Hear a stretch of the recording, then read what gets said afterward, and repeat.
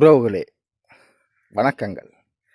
நான் இப்போ மிகவும் ஒரு நெகிழ்வான ஒரு வீடியோ ஒன்று பதிவு செய்கிறேன். இந்த வாழ்க்கையில் நான் முதல்ல ஒரு இடத்துக்கு தீவு பகுதிக்கு வந்திருக்கிறேன். யாழ்ப்பாணத்தை சுற்றி வடமாகாணத்தில் நிறைய இடங்களை சுற்றி வந்து தீவுகள் இருக்குது. இலங்கையை சுற்றியே சில குட்டி குட்டி தீவுகள் இருக்குது. அப்போ அதில் ஒரு தீவு தான் இரண்டதீவு. அதில் தான் இன்றைக்கு நான் முதல்ல என்னுடைய கால்கள் பதித்திருக்கிறேன்.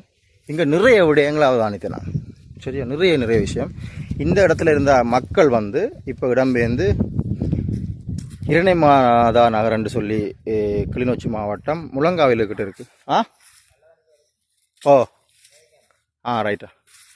இரணைமா நகரன்னு சொல்லி அந்த இடத்துல அமைச்சு 1990ஆம் ஆண்டு காலப்பகுதியில் அங்கே இடம்பெயர்ந்து போயிருக்கிறாங்க. அவங்க இங்கேருந்து போய்க்குள்ள கிட்டத்தட்ட 140 குடும்பங்களுக்கு மேலே இருந்திருக்கிறாங்க. இப்போ 2025ஆம் ஆண்டு கிட்டத்தட்ட 435 குடும்பத்துக்கு மேலே இப்போ அங்கே இருக்கிறாங்க, வசிக்கிறாங்க. அவங்களோட பெருக்கம் அடைச்சிருக்குது.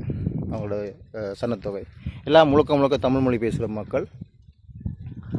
இது வந்து ஒரு இப்போ சர்ச், ஆங்கிலேயர்கள்லாம் கட்டப்பட்ட ஒரு சர்ச். அதுக்கு பக்கத்துலேயே வந்து பாடசாலை. ஓகே, அதில் பார்த்து நான் என்ன சொன்னால் தமிழில் எழுதியிருக்கிறாங்க அலுவலகம்னு சொல்லி. நான் நினைக்கிறேன் பிரின்சிபல் வந்து கீழே ஒப்பீசன் அடிச்சிருக்கிறாங்க. ஒரு பெயிண்டால் எழுதியிருக்குது. பெயிண்டால் வந்து அதில் எழுதியிருக்கிறாங்க.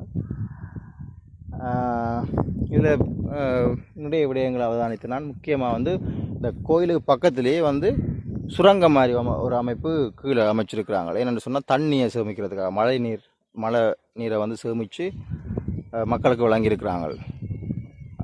ஏன்னா இங்கே தண்ணி தட்டுப்பாடு தானே, குடிக்கிற தண்ணிகள் வந்து எடுக்கிற கஷ்டம். ஆனால் கொஞ்சம் தூரம் தள்ளி போனால் அங்கே குடி தண்ணிகள் எடுக்கக்கூடிய மாதிரி இருக்குது. இப்போ வந்து ஒழுங்கல் செய்திருக்கிறாங்க. நான் நினைக்கிறேன் சுத்திகரிப்பு நடவடிக்கைகளை வந்து செய்து அதுக்கான ஒழுங்கலை செய்திருக்கணும்.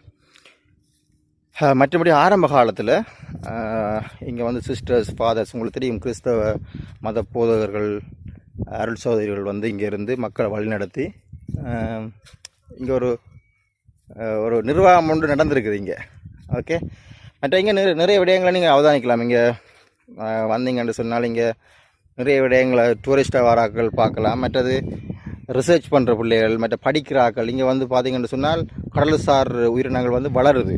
சரியா, இந்த கடல், இந்த கடற்கரையில் வந்து வளருது. அதே மாதிரி மூலிகைகள் இருக்குது, மற்ற பழைய பில்டிங்ஸ் இருக்குது.